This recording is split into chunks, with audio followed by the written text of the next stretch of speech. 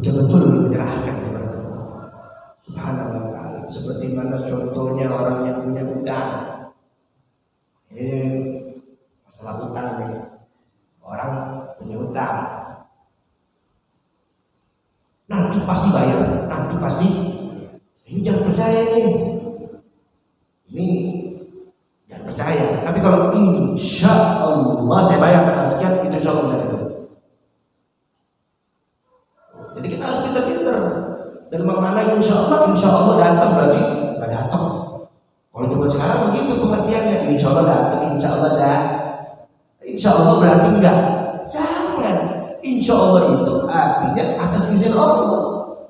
Kalau Allah izinkan saya datang. Nah, begitu juga orang-orang yang punya utang. Kalau ada orang pinjam sama kita, insya Allah karena sekian saya bayar. Allah berikan rezeki kepada dia bisa bayar. Alhamdulillahirabbil alamin. Wa bihi nasta'in. Wa ala alihi umuri dunya waddin. Wassalatu wassalamu ala asrafil anbiya'i wal mursalin sayyidina Muhammadin wa ala alihi wa ashabihi ajma'in. Amma ba'd. Alhamdulillah, pada kesempatan pagi hari ini kita telah melaksanakan kewajiban kita, yaitu melaksanakan perintah Allah Subhanahu wa taala berupa salat subuh.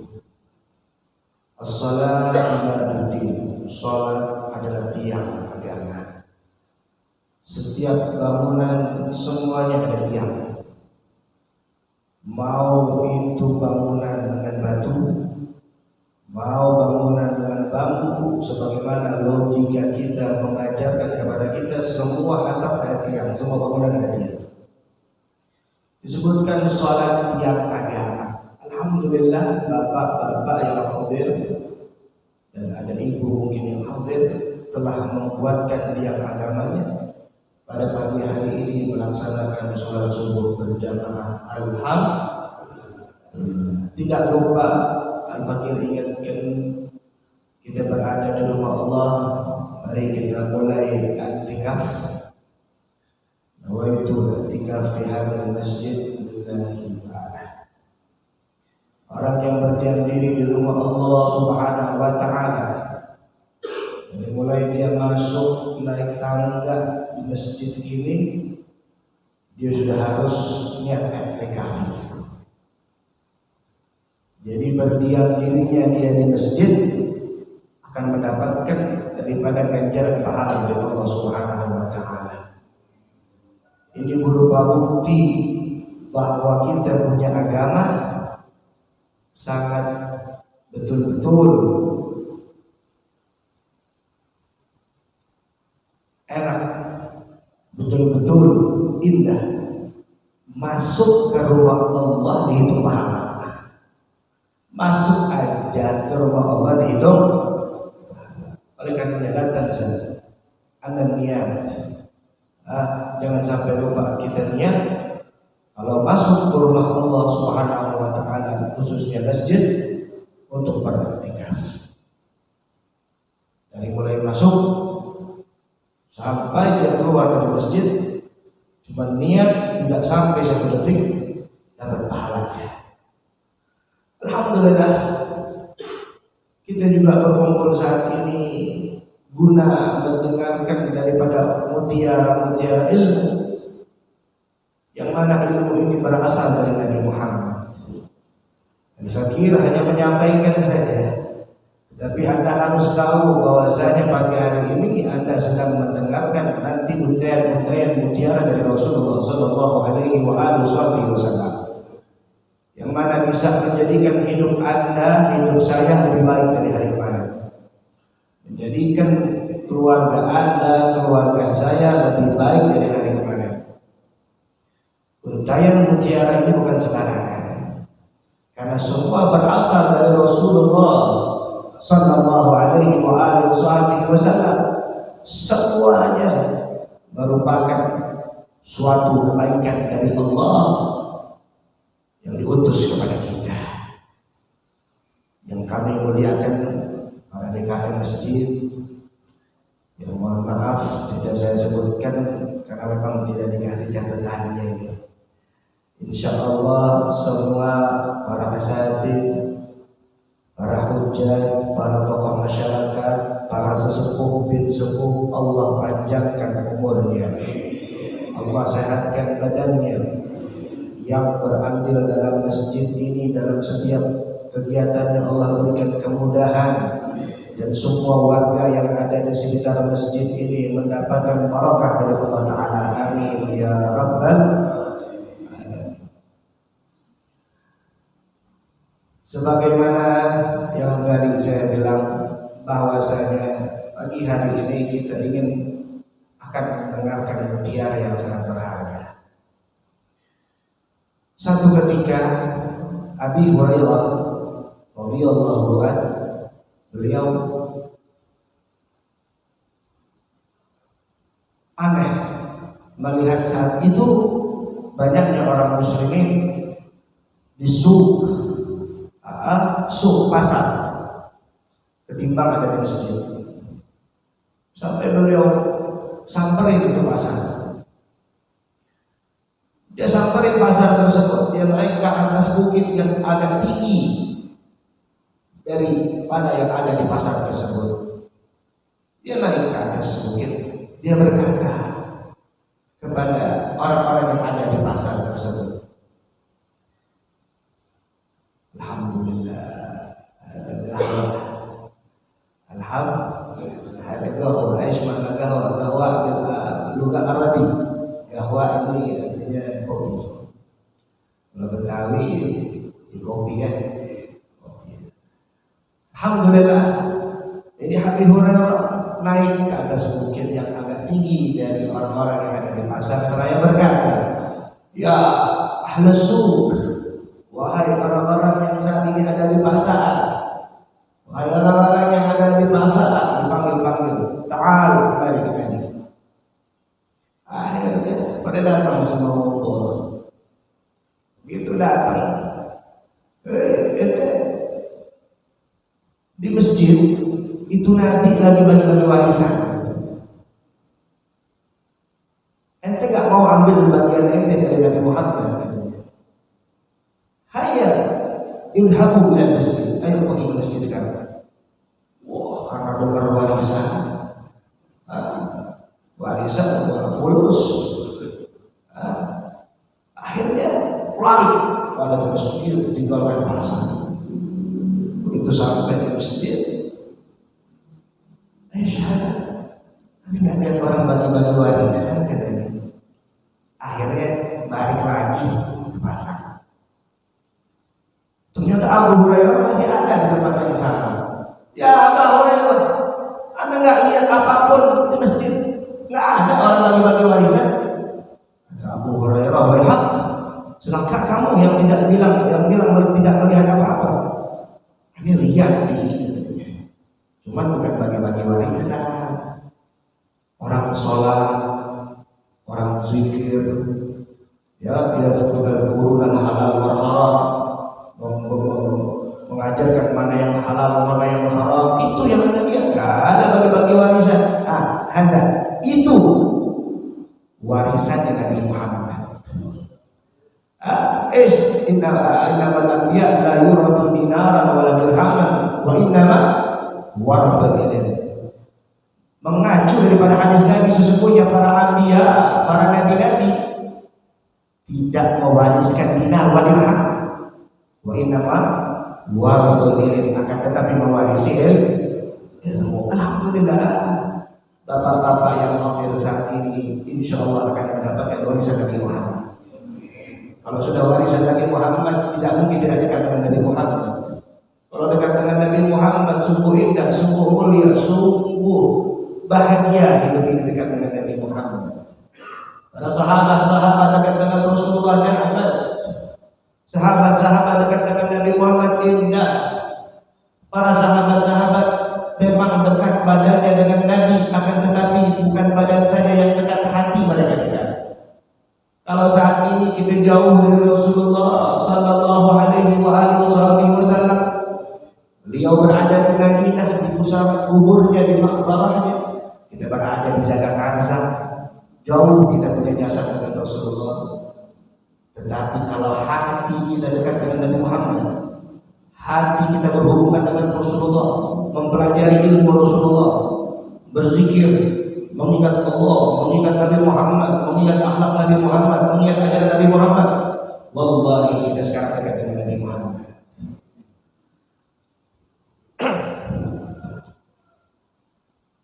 Oleh karena itu, kembali lagi Al-Fatihah mengajak kita semua bersyukur dengan keadaan pagi hari ini. Semoga Allah berikan kita selalu istiqamah hadir dalam pengajian-pengajian manapun, kapanpun waktunya, selagi kita diberikan umur kepada Allah, diberikan umur dari Allah, hadiri majlis-majlis ini. Karena sesungguhnya, sebagaimana yang tadi saya bilang, kita akan mendapatkan warisan Nabi Muhammad. Di antara ilmu yang diajari oleh Nabi Muhammad,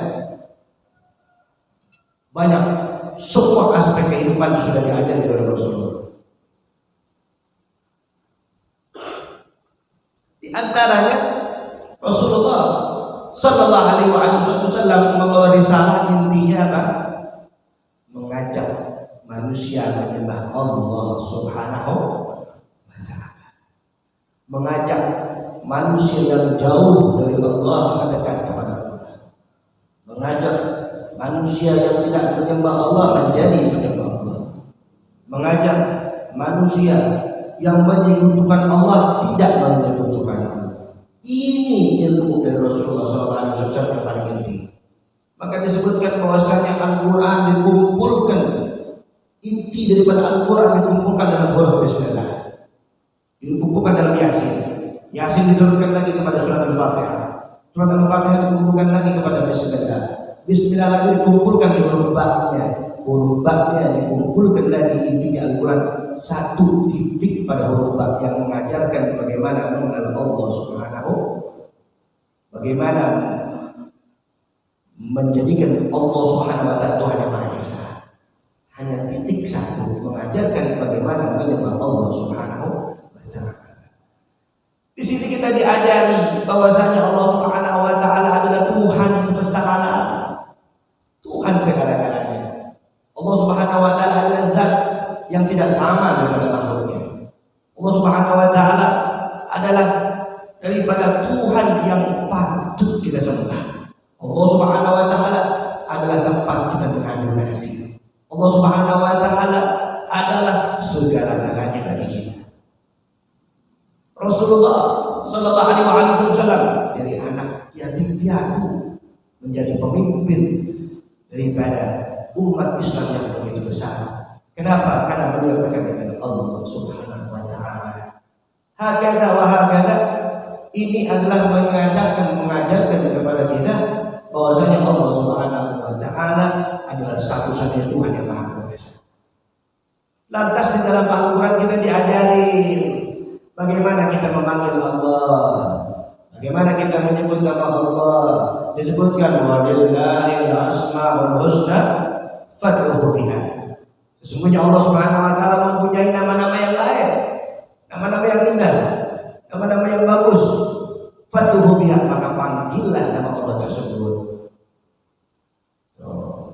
Ya Allah, Ya Rahman, Ya Rahim, Ya Malik, Ya Qudus, sampai 99 namanya Allah Subhanahu wa Ta'ala. Kalau kamu kekurangan rezeki, sebut yang banyak, Ya Razak, Ya Razak, Ya Razak, Ya Razak, Ya Razak. Kalau kamu kurang kuat dalam menghadapi kehidupan, sebut nama Allah, Ya Qawi, Ya Qawi.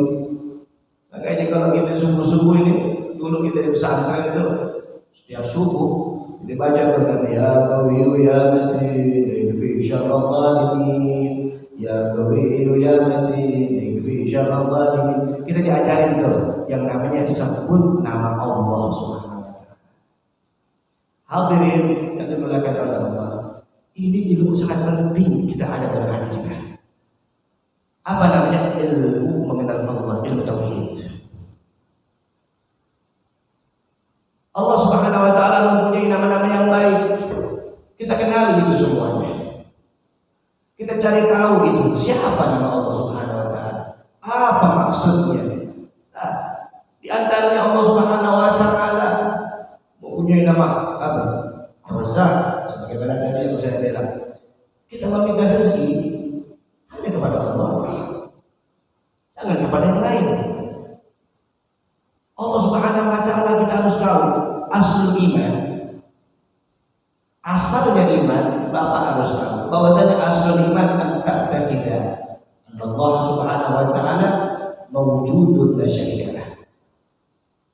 Apa artinya? Artinya adalah Allah, iman itu adalah mempercayai bahwa meyakini Allah Subhanahu wa taala itu ada, la syarika, tidak ada sekutu selain Allah taala. Allah hanya satu.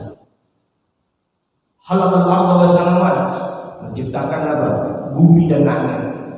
Wa halaqal ta'ata wal maksiyah, menciptakan yang namanya taat dan maksiat. Menciptakan yang namanya jannatu wan nar, surga dan neraka. Menciptakan yang namanya semua yang ada di sini, semua yang ada di alam dunia maupun akhirat, semuanya ciptaan Allah. Arsy ciptaan Allah, sirat ciptaan Allah, kubur ciptaan Allah, semua jin manusia semua ciptaan Allah Subhanahu wa taala. Yang Maha berkuasa, yang Maha berkehendak. Kita harus yakini hal tersebut sehingga kita bisa mengerti apa yang dimaksud Asmaul Husna. Bagaimana kita meminta kepada Allah Subhanahu wa taala. Sebagaimana Ar-Razzaq, Ar-Razzaq ini yang Maha memberikan rezeki. Kalau kita bisa punya rezeki, tapi kalau Allah Maha memberikan rezeki. Kalau kita bisa mungkin bagi orang sedekah ya semampunya kita. Kita berharap kepada manusia, tambah capek dengan manusia, tidak akan ada senang-senang. Tapi kalau kita meminta kepada Allah Subhanahu wa taala dengan sebutan Ar-Razzaq, Ar-Razzaq, tidak dari jalan yang satu, dari jalan yang dua. Tidak dari jalan dua, jalan yang tiga. Dari bagaimanapun jalan pasti datang kepada kita. Kenapa? Kita minta kepada Allah Subhanahu wa taala. Ada satu cerita seorang ulama, dia ini ada di zaman itu bahwasanya ada orang susah. Ada orang susah mengetuk pintu orang yang kaya. Ini cerita ini sangat masuk di logika kita. Mengetuk pintu orang yang kaya pintunya besar dan orangnya di dalam. Assalamualaikum, assalamualaikum. Namanya orang kaya, jauhnya mungkin agak lama dikit. Kalau rumahnya memang besar, akhirnya pembantunya bilang ada orang di depan, orangnya keluar, waalaikumsalam, sudah berjam-jam mentok baru buka. Aish, ada apa wahai fulan?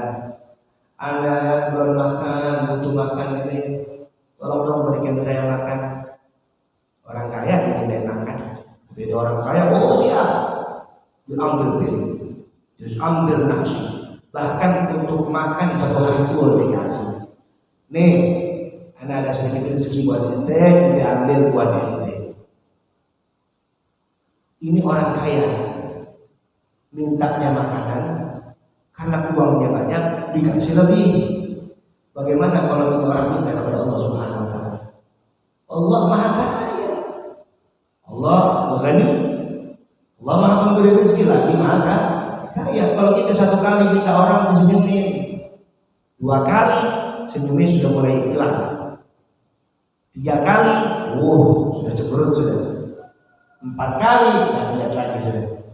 Tapi kalau kita minta kepada Allah, memohon kepada Allah Subhanahu wa taala, apapun yang kita minta diturutin, berapapun yang kita inginkan dikasih. Walaupun jutaan orang minta kepada Allah, Allah nggak akan puyeng, Allah nggak akan susah. Walaupun semut jin semuanya minta Allah, Allah nggak akan puyeng. Ada kuasanya Allah Subhanahu wa taala. Bapak-bapak bisa lihat, itu yang namanya cicak. Cicak itu adanya di dinding, tidak punya sayap. Apa makanan cicak? Nyamuk. Bisa cicak makan nyamuk. Kuasa siapa? Karunia siapa? Kehendak siapa? Allah Subhanahu wa taala. Jadi kalau kita tidak mungkin dapat rezeki, tinggal kita bagaimana minta kepada Allah Subhanahu wa taala. Nah, ini dia, ayo panggil namanya Allah Subhanahu wa taala. Di antara nama Allah Subhanahu wa taala juga ada yang namanya Al-Jabbar. Ada yang namanya Al-Jabbar. Menurut para ulama, Al-Jabbar ini banyak artinya. Di antaranya artinya Al-Jabbar adalah yang memaksakan kehendaknya. Al-Jabbar bisa diartikan seperti itu. Al-Jabbar adalah Allah yang maha memaksakan kehendaknya. Maksudnya bagaimana nih? Ya, kita diwajibkan sholat dan waktu. Ini sudah wajib. Ini kehendak Allah Subhanahu wa taala. Tidak boleh orang tidak sholat dan waktu. Itu namanya Al-Jabbar. Puasa Ramadan harus puasa. Tidak boleh tidak puasa kecuali uzur, perempuan haid, nifas, mungkin orang lagi sakit. Tapi kalau sakit tidak sehat, wajib atas dirinya puasa, dipaksakan oleh Allah Subhanahu wa taala. Tidak boleh tidak dipaksakan. Itu Al-Jabbar namanya. Juga bisa diartikan bahwa memang Allah Subhanahu wa taala mengatur semua yang ada di dalam diri kita. Disebutkan dalam hadis qudsi, sesungguhnya Allah Subhanahu wa taala anta turid wa anta turid wa ana urid wallahu yaf'alu ma yurid. Apa artinya? Ente wahai manusia, anta wahai manusia punya keinginan. Ana juga punya keinginan dari Allah. Dan sesungguhnya Allah melaksanakan sesuai apa-apa dengan keinginan Allah Subhanahu wa taala. Artinya, jadi kalau kita punya keinginan, Allah Subhanahu wa taala punya keinginan. Kita kepengen, Allah kepengen. Kepengenan kita kalau tidak sejalan dengan kepengenannya Allah Subhanahu wa taala, keinginan kita kalau tidak sejalan dengan keinginan Allah Subhanahu wa taala tidak akan terkabul. Tidak akan tercapai. Nah, ini maknanya Al-Jabbar yang memaksakan kehendaknya. Banyak hikmah tentang Al-Jabbar yang Allah Subhanahu wa taala terterakan dalam Al-Qur'anul Karim, yang mana Allah Subhanahu wa taala memaksakan kehendak. Di antaranya kita sudah tahu bahwasanya Nabi Allah Musa alaihi salam, beliau hidup di zaman Firaun. Firaun sudah dewasa, Nabi Musa baru lahir. Firaun ini bermimpi bahwa nanti kerajaannya akan hancur, kerajaannya akan sirna, kerajaannya akan hilang, yang nanti akan dihancurkan oleh bayi yang lahir pada zaman itu dan akan menjadi besar, akan menjadi lawannya dia. Lalu Fir'aun berkehendak di sini. Apa kehendak Fir'aun? Umumkan seluruh negeri Mesir, setiap bayi yang lahir laki-laki harus kita bunuh. Kehendak Fir'aun. Tapi beda dengan kehendak Allah. Semua bayi yang lahir dibunuh. Nabi Allah Musa alaihi salam dilanjutkan dengan ibadahnya sampai kepada sungai yang di situ ada istrinya Fir'aun, Salihah, Sayyidatina Asiyah, dirawat oleh istrinya Fir'aun. Walaupun Fir'aun bunuh bayi-bayi yang lahir pada zaman itu, yang sesungguhnya akan menghancurkan dia ada dalam istananya sendiri. Kehendak siapa? Karunia siapa? Apakah Fir'aun berhasil melaksanakan rencana ini? Tidak sama sekali. Dia tidak tahu bahwasanya yang akan menghancurkan dia ada di muka dia. Sampai-sampai Fir'aun ini curiga. Kamu aku bawa bayi ini. Sama istrinya dibujuk. Ini jelas dijelaskan dalam tafsir Jalalain, dalam tafsir banyak dijelaskan. Kenapa kamu bawa bayi ini? Wah, ini bayi biasa. Ayo kita rawat. Ya, aneh teman sama dia. Dirawat. Gendong Nabi Musa. Nabi Musa ini kuat, Pak. Kuat Nabi Musa ini. Dari kecil sudah Allah Ta'ala berikan kekuatan kepada Nabi Musa. Itu disebutkan Fir'aun digendong Nabi Musa itu, ditarik jenggot Nabi Musa. Padahal masih kecil. Ditarik rontok jenggot Fir'aun. Bingung Fir'aun. Ini kok anak kecil tarik jenggot rontok itu. Jangan-jangan ini yang bakal hancurin anaknya. Dibujuk lagi kehendak Fir'aun apa? Ini harus dimatikan lagi. Kuat sekali dia. Dibujuk lagi sama istrinya. Enggak, ini anak biasa. Kehendak Fir'aun mau bunuh, enggak jadi. Padahal sudah ada bukan masih kecil lagi Musa. Dikehendaki dibujuk, ini tidak jadi. Enggak, kata istrinya, ini biasa. Kalau enggak percaya, coba taruh bara api. Satu disebutkan itu selain bara api disebutkan coklat kalau misalnya. Bukan bara api. Yang satu bara api, yang satu bukan. Kalau dia anak kecil biasa, dia bakal ambil yang namanya bara api karena lebih menarik. Kalau dia luar biasa baru dia bisa pilih. Ini baru luar biasa, boleh kamu dulu. Coba kita lihat aja, kata istrinya. Akhirnya betul diuji Nabi Musa. Dan bara api ada selain bara api. Nabi Musa pintar Pak, Nabi walaupun masih kecil sudah pintar. Itu mau ambil dan bukan bara api. Allah utus malaikat Jibril ambil bara api. Sehingga Nabi Musa ambil bara api masuk ke dalam mulutnya. Makanya Nabi Musa disebutkan tidak terlalu fasih dalam berbicara. Makanya Nabi Musa juga punya Nabi, teman Nabi Musa, saudaranya sendiri yang bernama Nabi Allah Harun. Harun adanya Nabi Musa alaihissalam fasih, tapi tidak sekuat Nabi Musa. Nabi Musa kurang fasih karena waktu kecil sudah memakan bara api. Akhirnya tidak jadi dibunuh. Oh ini benar bayi biasa. Kehendak siapa? Allah. Karunia siapa? Allah. Ini namanya. Walaupun manusia berkehendak apapun, kalau Allah Subhanahu wa Ta'ala tidak izinkan kehendaknya itu tidak akan terlaksana. Begitu juga Allah Ta'ala ceritakan di dalam Al-Quran Al-Karim yang diceritakan dalam surat Yusuf. Menceritakan Yusuf ini anaknya Nabi Yakub. Yusuf ini saudara-saudaranya banyak.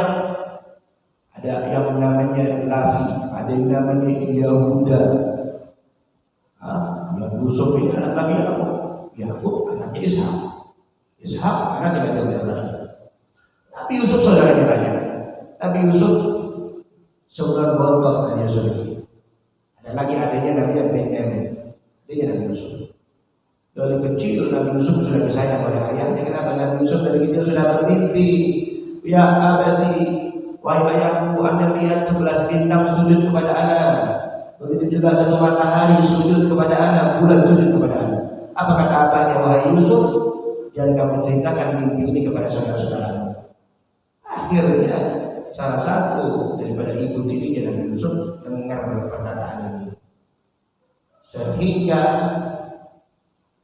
bocorlah mimpinya Nabi Yusuf. Sampai saudara-saudaranya yang lain iri dengan Nabi Yusuf. Izin kepada ayahnya, wahai ayah, ini Nabi Yusuf, si Yusuf ini biar saya ajak gembala kambing saja. Untuk apa? Untuk dibunuh sebetulnya. Dibujuk sampai kejadian akhirnya dibolehkan sama Nabi Yakub.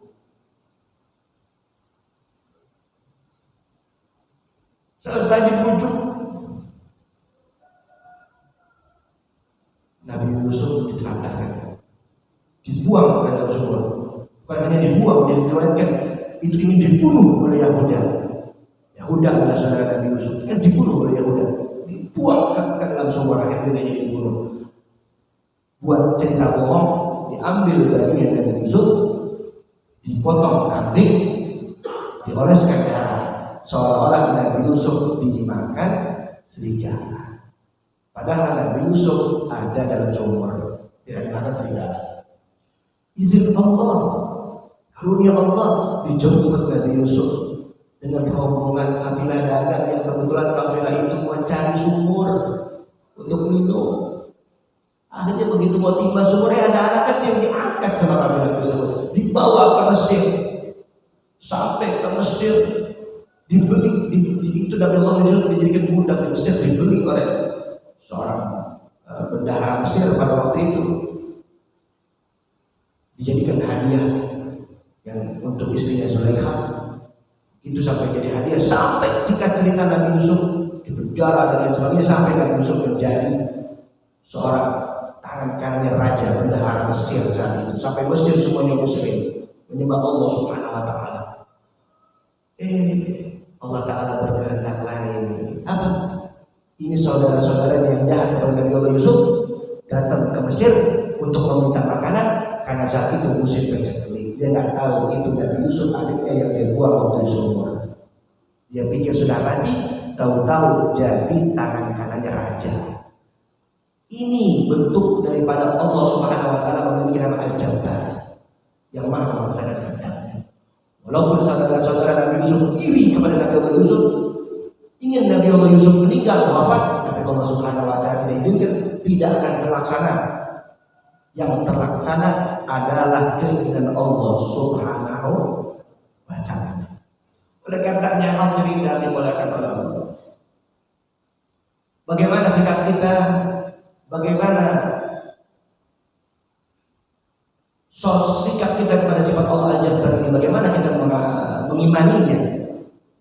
Ini penting. Setiap asmaul husna kita harus pahami dan imani. Sebagaimana Al-Jabbar, kita harus imani bahwasanya Allah memaksakan kehendak. Oleh karena itu, bapak-bapak semua yang ada di sini, ayo serahkan urusannya kepada Allah Subhanahu wa taala. Gantungkan urusan kita kepada Allah Subhanahu wa taala. Libatkan Allah dalam segala urusan kita, dalam segala apapun yang ada di dalam diri kita, sandarkan kepada Allah Subhanahu wa taala. Niscaya urusan kita akan lancar. Urusan kita akan semuanya indah. Kenapa? Karena kalau kita berkehendak tidak sesuai dengan kehendak Allah, akan terjadi. Ini penting. Kita serahkan semuanya kepada Allah Subhanahu wa taala. Tapi kalau bilang siap, nanti saya tanya. Kalau umurnya satu, kalau duitnya ada. Tapi kalau insya Allah, Allah yang akan di belakang orang yang menyebutkan itu. Allah yang akan berada dalam urusan dia. Kalaupun kita di posisi yang mengutangi, dia tak layak, Allah Ta'ala berikan kita rezeki. Itu maknanya insya Allah.